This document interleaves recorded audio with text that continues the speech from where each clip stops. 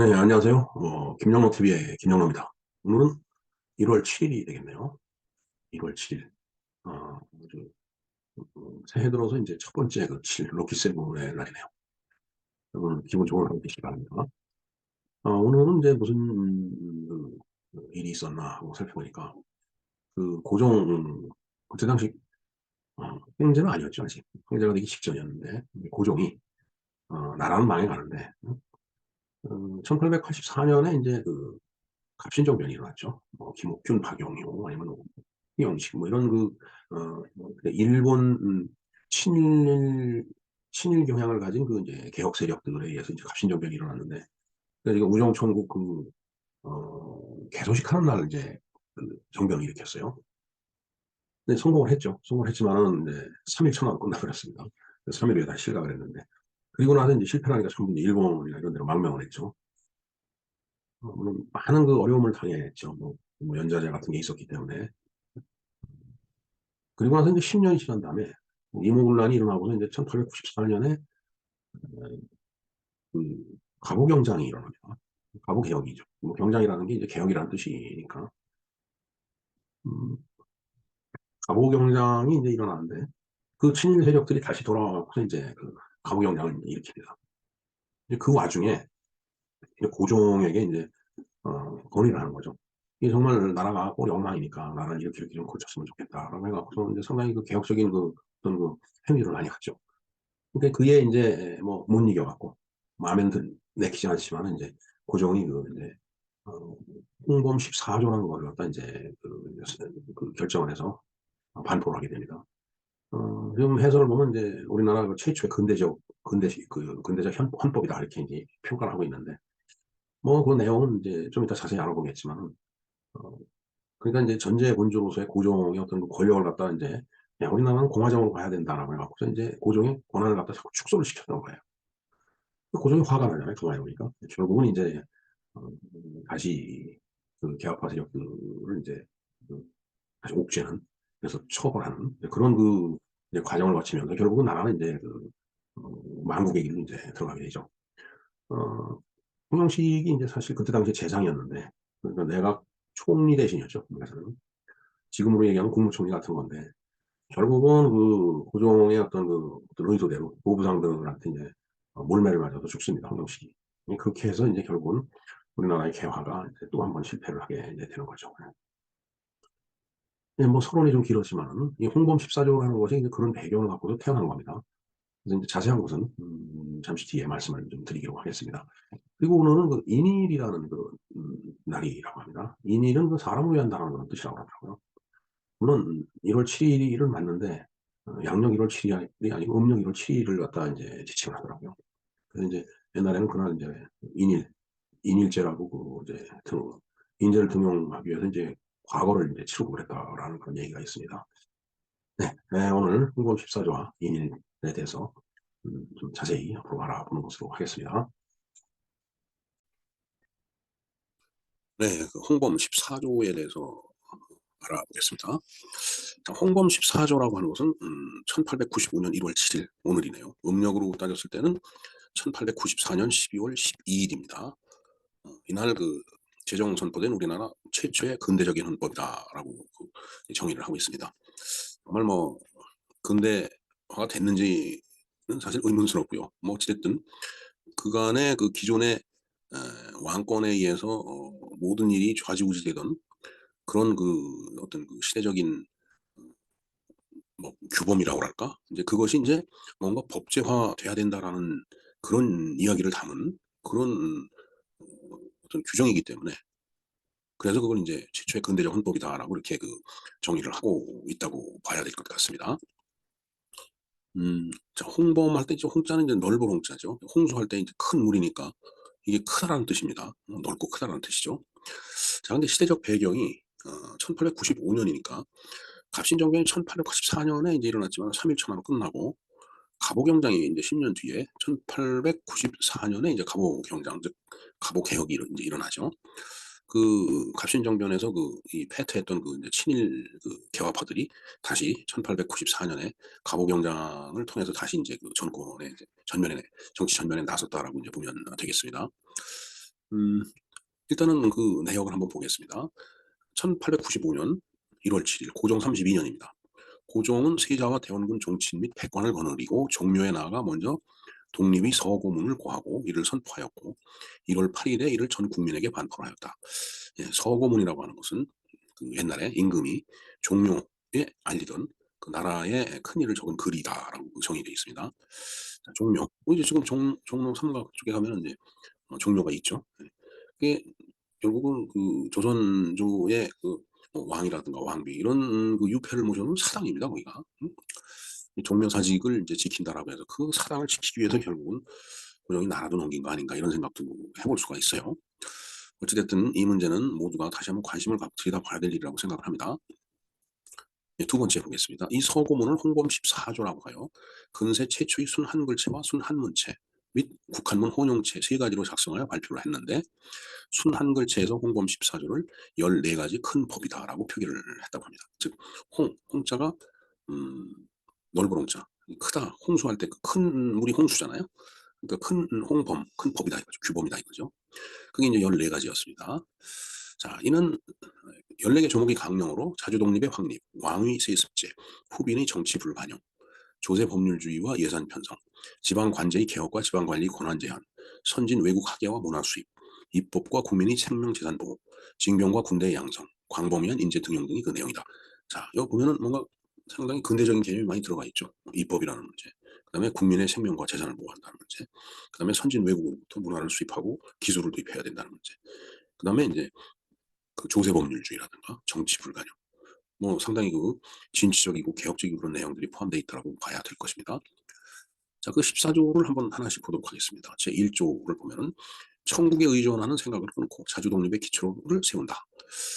참 사실은 그 고종이 동학 운동 같은 경우도 이제 청군을 그 이제 불러들여 갖고서 진압을 했죠. 이게 정말 말도 안 되는 거예요. 자기 나라 사람들을 외국 군대를 끌어들여 갖고서 진압을 하고 죽인다라는 게 정말 참 그런 의미에서 보면은 참 고종은 나쁜 사람입니다, 진짜. 뭐 어찌됐든 방법이 없어요. 왜? 그때 당시에 최후의 결정권자였기 때문에 모든 책임은 고종한테 있는 겁니다. 나라를 일본에 넘겨준 것도 고종 책임이에요. 이완영도 뭐 잘했다 소리는 못하지만은 이완영보다 더 큰 책임을 져야 될 사람이 바로 고종 자신인데 우리는 지금 고종을 황제라고 얘기를 하고 있습니다. 지금 이건 좀 생각을 해봐야 될 문제라고 봅니다. 그다음에 제2조 왕실 전범을 작성하여 대통의 계승과 종실 척신의 구별을 밝힌다. 전범이라는 게 이것도 일종 규범이죠. 그러니까 이게 조선시대 때는 왕조도 무슨 어떤 규범이나 이런 거에 의해서 움직인 게 아니고 그냥 왕의 느끼는 대로 그 뭐 왕비나 왕후나 뭐 이런 권력가들이 그 생각나는 대로 그냥 기분에 의해서 그렇게 했다는 얘기뿐이 안 되죠. 지금 제2조를 봤을 때 그렇게 뿐이 해석이 안 됩니다. 그다음 제3조 국왕 대군주 국왕이 정전에 나아가 정사를 친히 각 대신에게 물어 처리하되 왕후 비빈 종실민 및 척신이 관여함을 용납치 아니한다. 자, 국왕이 정전에 나아가 정사를 친히 각 대신에게 물어 처리한다. 그 혹자는 그렇게 얘기를 하죠. 고종이 아침에 출근도 안 하고 그냥 뭐 침실에 있었는지 모르지만 그리고 뭐 그 각 대신에게 물어 처리한다라는 게 그 대신은 참 뭐예요? 지금으로 얘기하면 장관입니다. 그럼 국사를 결정할 때 장관들하고 당연히 의논을 해야죠. 근데 그것도 그냥 기분 내키는 대로 한 거 아닌가. 근데 이 말로 보면 그렇게 유추가 됩니다. 그다음에 이제 여기에 이제 뒤에 왕후, 비빈, 종실 및 척신 이 권력가들이 뭐 비선이든 뭐 비선이 아니든 여기에 그냥 관여해갖고 이리 휘두르고 저리 휘두르고 결국은 모든 백성만 어, 피곤하고 괴롭고 힘들었던 거죠. 네. 제4조 왕실 사무와 국정 사무를 분리하여 서로 혼동하지 않는다. 이거 굉장히 중요한 얘기죠. 왕실 사무는 그 국왕 개인의 일이에요. 근데 그걸 가고 국정하고 구분이 안 됐다는 얘기죠. 정말 그 구한말 만국조선의 그 자세한 내용들을 이런 자료 저런 자료 들여다보다 보면 정말 기가 막힌 게 너무 많습니다. 사실은. 사실 5조 의정부와 각 아몬의 직무 권한의 한계를 명백하게 규정한다. 뭐 아몬이라고 하는 것은 관청을 얘기하는 거니까 의정부는 뭐 사정기관이고 그러니까 이게 각 부처들의 직무 권한이 한계가 좀 명백하게 규정이 돼야 된다. 막 월권을 하는 거죠. 지금 같으면 뭐 행정안전부 장관이 뭐 국방에 대해서 뭐 관여를 한다든가 뭐 이런 얘기가 가능했다는 얘기예요. 그러니까 그 권한의 한계를 명확하게 규정하자라는 그런 얘기죠. 제6조 부세는 모든 법령으로 정하고 명목을 더하여 거두지 못한다. 그러니까 세금을 걷는 것도 마음대로 했다는 얘기예요. 뭐 그러니까 뭐 인두세란 말이 있듯이 뭐 머리 숫자대로 뭐 공무를 걷어간다든가 이런 일들이 그런 예들이 비일비재했던 게 이제 저때 당시 그 현실이 아니었나 이런 생각을 해봅니다. 제 7조를 볼까요? 조세 부과와 징수 및 경비 지출은 타가 지문에서 모두 관장한다. 즉 말하자면 지금의 재무부, 탁지 아문 아니면은 뭐 재무부겠죠. 뭐 기획재정부 뭐 이런데 하여튼 그 뭔가 예산을 관리하는 데서 경비를 지출하고 그다음에 어, 세입부에서 그 세금을 징수한다는 얘기죠. 그러니까 이런 것들이 틀이 전혀 안 잡혀 있었다라는 얘기예요. 그냥 즉흥적으로 내키는 대로 그냥 생각나는 대로 모든 그 국사를 그렇게 처리했다는 얘기죠. 제8조 왕실은 솔선하여 경비를 절약해서 각 아문과 각 지방관이 모범이 되게 한다. 이 얘기는 그만큼 왕실이 사치스러웠다는 얘기죠. 흥청망청했다는 얘기는 안 됩니다. 저걸 거꾸로 해석하면 제9조 왕실과 각 관부에서 사용하는 경비는 1년간 예산을 정해 재정의 기초를 확립한다. 이 얘기는 예산 개념이 없었다는 얘기입니다. 그냥 돈 있으면 쓰고 없으면은 뭐 또 막 아래를 막말로 조져갖고서 걷어들이고 참 정말 그러니까 이걸 보고 이제 근대적 헌법이라고 얘기를 하는 거예요. 제 10조 볼까요? 지방관 제도를 속히 개정하여 지방관의 직권을 한정한다. 예, 뭐, 이 관직을 매매한다라든가 뭐, 그래갖고 뭐돈 주고서 관직을 받으면 그 돈을 빼기 위해서 또 막 백성을 괴롭히고 지방관 제도가 제대로 갖춰져 있지 않았다라는 얘기예요. 그리고 그 지방관이 행사할 수 있는 권한을 갖다가 그냥 그 제한을 두지 않았기 때문에 마음대로 했던 거라고 그냥 안 보여집니다. 참 저런 그 환경 속에서 우리 선조들이 어떻게 살아왔는지 참 상상이 가지 않습니다. 제 11조 볼까요? 널리 자질 있는 젊은이를 외국에 파견해 학술과 기회를 익히도록 한다. 자, 이때가 1895년입니다. 명치 유신이 뭐 한 세대 전에 일어났을 거라고 보여지거든요. 일본의 명치 유신은 그때 당시에 뭐 중국도 마찬가지지만 참 어리고 총명한 그 사람들을 선발을 해갖고 유럽이나 미국에 이 공부를 시키러 내보냈어요. 근데 그걸 이제 하자라는 얘기예요. 우리나라는 한참 뒤떨어져서 하는 거죠. 그러니까 시작이 한 세대 뒤처지니까 그야말로 뭐 늘 뒤처졌던 거죠. 계속 그러다가 근래에 와갖고 뭐 일본을 따라잡느니 뭐 이런 얘기하는데 참 우리의 역사를 보면 한심하고 기가 막힌 때가 한두 번이 아닙니다. 제 12조 볼까요? 장교를 교육하고 징병제도를 정하여 군제의 기초를 확립한다. 이거는 지금의 국방이죠. 제가 언젠가 그 남대문 전투에 대해서 얘기를 했는데 이모군란이라든가 이런 걸 보면은 뭐 남대문 전투는 이제 결국 조선 군대를 해산하니까 이제 일어났던 그 반발에 의한 그 이제 전투였고 이모군란 같은 경우는 정말 그 급료를 주지 않아 갖고 그래서 그 불만이 폭발해 갖고서 일어난 그 굴란이잖아요. 그야말로 그런 것들도 제대로 갖춰지지 않았었다는 얘기예요. 그냥 왕실만 보호하는 그런 군대만 있었고 나라를 보호하는 군대는 없었다는 얘기입니다. 자, 그러니까 나라를 빼앗기는 게 아니라 넘겨준 거죠. 솔직한 얘기가. 제 13조 볼까요? 민법 및 형법을 엄정히 제정하여 함부로 가두거나 거하지 말며 백성의 생명과 재산을 보호한다. 예, 이거 정말 굉장히 중요한 그 항목이 들어갔네요. 백성의 생명과 재산을 보호한다. 이건 정말 지금 우리나라 대한민국 헌법에도 저 말이 꼭 들어가 있죠. 정은기가. 그게 대통령의 그 책무예요. 그렇듯이 왕한테 저 책무를 갖다 지운 거예요. 그럼 그때까지는 와, 백성의 생명, 재산 다 자기 소유같이 그렇게 이제 권한을 행사했던 거죠. 그러니까 아무나 가두고 아무나 보라고 사람을 뭐 파리 목숨같이 여기고 그냥 망나니 칼에 의해서 목을 치고 이런 그 형벌이 가능했던 게 저런 시대적 배경이 있었으니까 가능했던 얘기라고 보여집니다. 자, 마지막 제14조 보겠습니다. 사람을 등용함에 있어 문별을 가리지 않고 널리 인재를 보호한다. 자, 문벌을 가리지 않는다. 사색 당파가 그냥 아주 약한 그런 진짜 중세 조선의 그 후예들 아니겠어요? 뭐 동인서인 노론소론, 남인 북인 이게 이제 그런 그 파벌임, 그 어떤 그 어, 주작보다 더 주작스러운 그 조선 성리학의 그 거두들이 자기 휘하에 거느리고 있는 그런 그 이제 졸개들을 갖다가 전부 등용을 그러니까 서로 그 패거리 문화가 형성이 된 거죠. 그런 걸 좀 타파하자, 널리 인재를 좀 등용을 하자 이런 얘기라고 보여집니다. 이것도 굉장히 중요한 얘기예요, 사실은. 하지만 개혁은 공안 메아리였을 뿐이다. 왜냐하면 결과는 1905년에 을사보호조약을 맺고 1910년에 경술국시를 탄하죠. 결국 나라가 넘어갔어요. 그러니까 아무리 애를 썼지만은 결과는 공허한 메아리였다라는 얘기뿐이 안 됩니다. 자, 지금 제가 유튜브 동영상 그 썸네일을 하나 띄워놨는데 이거 보면은 이제 매국노 고전 반동의 시작 가부개혁이 좌절같이 한 제국.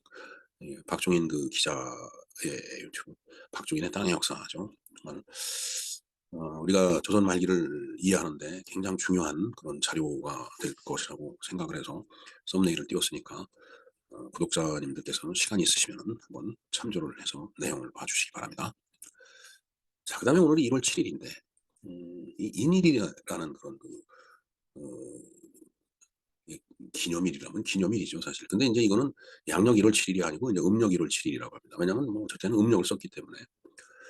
오늘 1월 7일을 지금 홍범 14조로 얘기하는 건 그때 당시 음력을 양력으로 환산했기 때문에 이제 1월 7일이고요.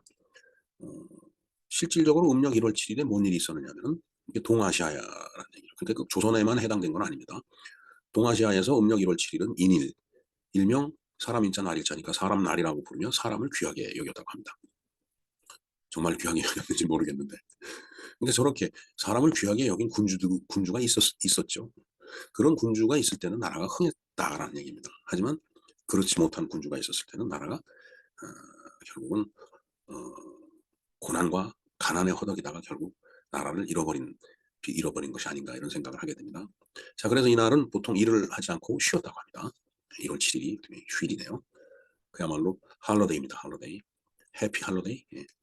조정에서는 인일제라고 하여 특별히 과거 시험을 시행을 했다고 합니다. 과거 시험을 시행함으로 인해서 사람을 귀하게 여긴 그 사람을 등용해서 썼다라는 그런 얘기가 되겠습니다. 네, 오늘은 우리가 참 만국 조선을 이제 보면서 그래도 비록 그 실패로 돌아갔지만 한때 근대적 헌법, 소위 그 근대적인 개념을 집어넣어서 그 구한말 조선을 개혁을 하려고 했던 몸부림이 있었다라는 그런 얘기를 다뤄봤습니다. 그래서 홍범 14조를 쭉 말씀을 드렸죠. 그러나 그 개혁은 공안 메아리였다. 그래서 오히려 반동의 시작이 됐다. 결국은 나라를 잃었다. 그런 얘기가 되겠습니다. 네, 이상 인일제가를 포함해서 홍범 14조와 두 가지 사항에 대해서 우리가 공부를 간략하게 해봤습니다. 김영로TV의 김영로였습니다. 감사합니다.